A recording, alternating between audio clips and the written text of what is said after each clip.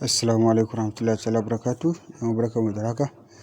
Barkamu sake sa da ku a cikin darasin da muke gabatarwa na koyon Larabci. Har yanzu dai yan uwa manta muna cikin littafin Durusun Lugha kuma muna cikin littafi na 1. Yau za mu yi darasi na 4 yayin da mun gama wasu littafan daban wanda ba samu karatun Larabci ba na littafin da muka gama na Ajabi fi Takadib wa Ta'bir Ta'limin Lugha Al-Arabiyya juz'i na farko da na biyu. In suka duba cikin wannan profile ɗin namu na TikTok ko kuma YouTube za su samu karatukan completely su. Don haka yan uwa da wanda suke buƙatar shiga cikin group ɗinmu na WhatsApp in suka duba saman profile ɗinmu na TikTok za su ga number mu ta WhatsApp. In kuma za su shiga cikin YouTube ɗinmu ne shi ma an sun duba can sama kaɗan za su ga link ɗinmu na YouTube wanda zai kai su kai tsaye zuwa ga YouTube su iya downloading ɗin karatukan mu baki ɗaya. Yan uwa ku ci gaba da yin comment, sharing, following domin ƙarfafa mana gwiwa kuma ku ci gaba da tura yan uwa domin amfanin su na yau da kullum. Don haka duk wanda ya bi mu a cikin wannan littafin insha Allah subhanahu wataala har muka kai ƙarshen littafi na 1 na 2 da na 3 shi to ba makawa zai iya Larabci sosai kuma zai iya magana da Larabci yanda ya dace. Don haka yau za mu yi darasi na 4 a cikin wannan littafi mai albarka na Durusun Lugha na 1. Malam ya fara cewa ad-darsul rabi'u, darasi na 4 kenan. Sai ce albaitu, gidan. Dama mun ce an sa alif da lamun za mu ce gidan. Idan ko ba alif da lamun mun ce baitun, gida kenan. Malam ya ce albaitu, gidan. Fil baiti, in fi ta zo ana sawa abin da zai biyo bayan ta zai ɗauki kisra ne dole. Misali haka za mu ce fil baiti, cikin gidan. Saboda wannan fi ɗin an yi sa aka sa kisra a ƙarshen nan gurin. Haka ala ita ma in ta zo ana sa kisra ne a ƙarshen suna. Misali za ka ce alal baiti, a saman gidan. An fahimta ko? Misali kenan. Sai malam ce al-maktubu, teburin. Alal maktibi, a bisa teburin. Al-masjidu, masallacin. Fil masjidi, cikin masallacin. Fi ciki kenan ko?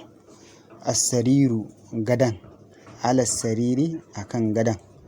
Wannan shine yanki na A, ga yanki na B nan za mu karanta. Sai ɗan ƙaramin labari ne. Malam ya ce aina Muhammadu, ina Muhammad yake.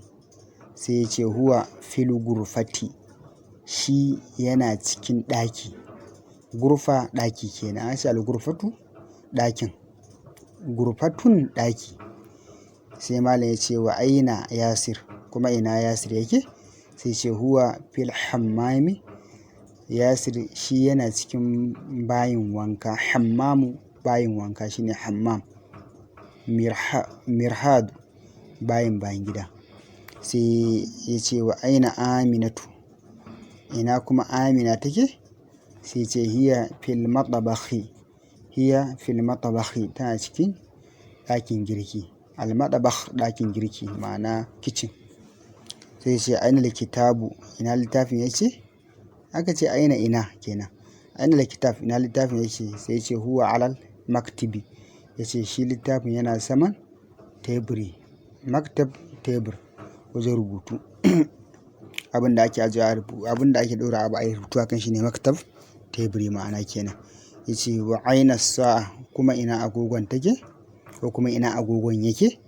Sai ce hiya alas sariri, ya ce agogo namiji ne a Hausa amma a Larabci mace ce. Sai ce shi sa ce hiya, ita tana kan gado ma'ana shi agogon yana kan gado za mu ci mu da Hausa. Sai al-madbakh, aka ce al-madbakh kitchen kamar na ga muku ɗakin girki. To malam wannan tambayoyi ne zai mana. To don haka mutum sai kokarta ya ranga yin tadribin wannan tambayoyin. Malam ce tamarin, tambayoyi ma'ana a wannan darasin da aka yi maka. Sai ce ajib an as'ilatil atiya, ya ce ajib an al-as'ilatil atiya, ya ce ka amsa wannan tambayoyin masu zuwa. Sai ce aina likitab, yake. Ai mun ce al-kitab huwa al-maktub, kun gani ko amsa shi. Sai ce aina Muhammad, ina Muhammad yake. Mun ce Muhammadu, gashi ne kashin da muka ce Muhammadu fil gurfa, za mu ce Muhammadu fil gurfa. Sai nan gurin ya ce aina sa'a, mun gani ko mun karatu mun ce as-sa'a ala sariri ko. Ya ce aina Yasir, Yasir fil hammam kaman. Aina Amina, fil matabakh, za mu ce tana kicin. ɗakin girki ko a Amina fil gurfa, shin Amina tana ɗaki ne? Kaga ba ɗaki take ba, tana ɗakin girki ne. A Yasir fil madbakh, shin Yasir yana cikin kitchen ne? Za mu ce la, huwa fil hammam. Sai ya ce man fil gurfa, wa ke cikin ɗaki? Sai mu ce Yasir ko kuma Muhammad fil gurfa. Aka ce man fil hammam, wa ke cikin bayi? Za mu ce Yasir fil hammami ko. Ma za alal maktabi, me ke saman tebur?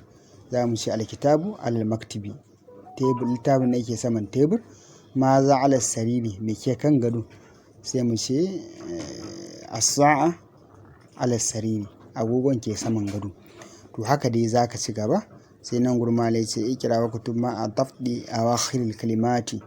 Ya ce ka karanta, ikira ka karanta wa kutub ka rubuta ma a tafdi a wakhilil kalimat, tare da wasu ƙarshen kalmomin nan rubutu ake, za ka rubuta a gida ne nan. Sai ma na ce almadarasa, makaranta, makarantar. Fil madarasa ta cikin makarantar. Fil baiti cikin gidan. Albaitu, kun ga don za mu sami a sama. Albaitu gidan ko. Algurfatu ɗakin. Alhammamu bayin wanka. Fil madabakhi za mu je, kun gani malam bai sa wasali ba saboda ya ga za mu iya faɗan wannan fidin mu kiyaye ta. Fil madabakhi.